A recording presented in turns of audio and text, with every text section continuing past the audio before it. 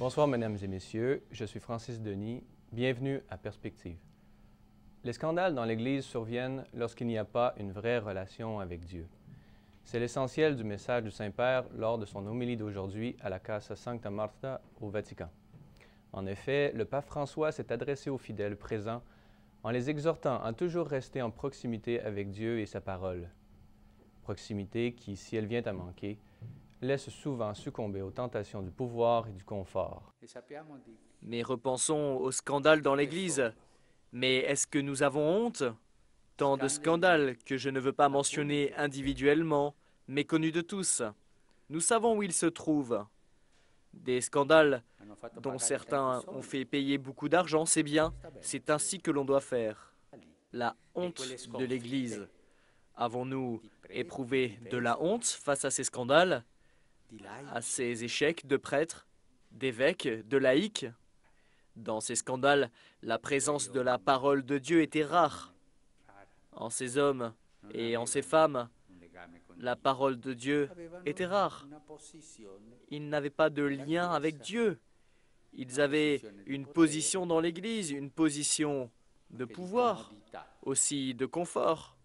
Mais la parole de Dieu, non. Toujours en référence aux lectures de la messe, le pape a conclu par une prière, à la manière du peuple de l'Ancien Testament, pour que Dieu nous vienne en aide et qu'il change le cœur des chrétiens afin qu'ils soient plus fidèles à sa parole.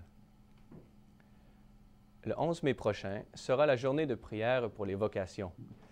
C'est donc pour la préparation de cette journée que le pape a publié aujourd'hui son message intitulé « Les vocations, témoignage de la vérité ».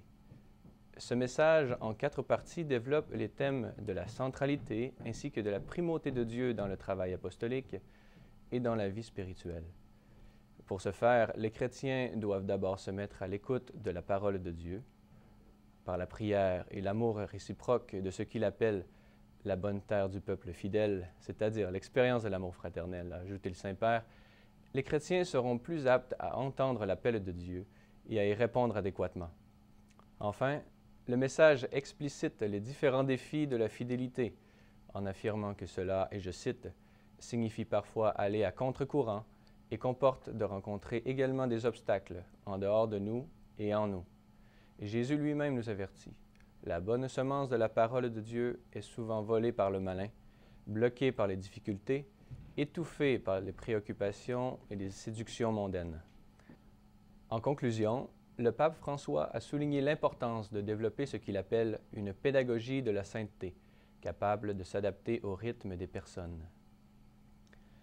Un Dieu trine, unité entre les hommes, le monothéisme chrétien contre la violence est le titre d'un document publié aujourd'hui par la Commission théologique internationale au Vatican.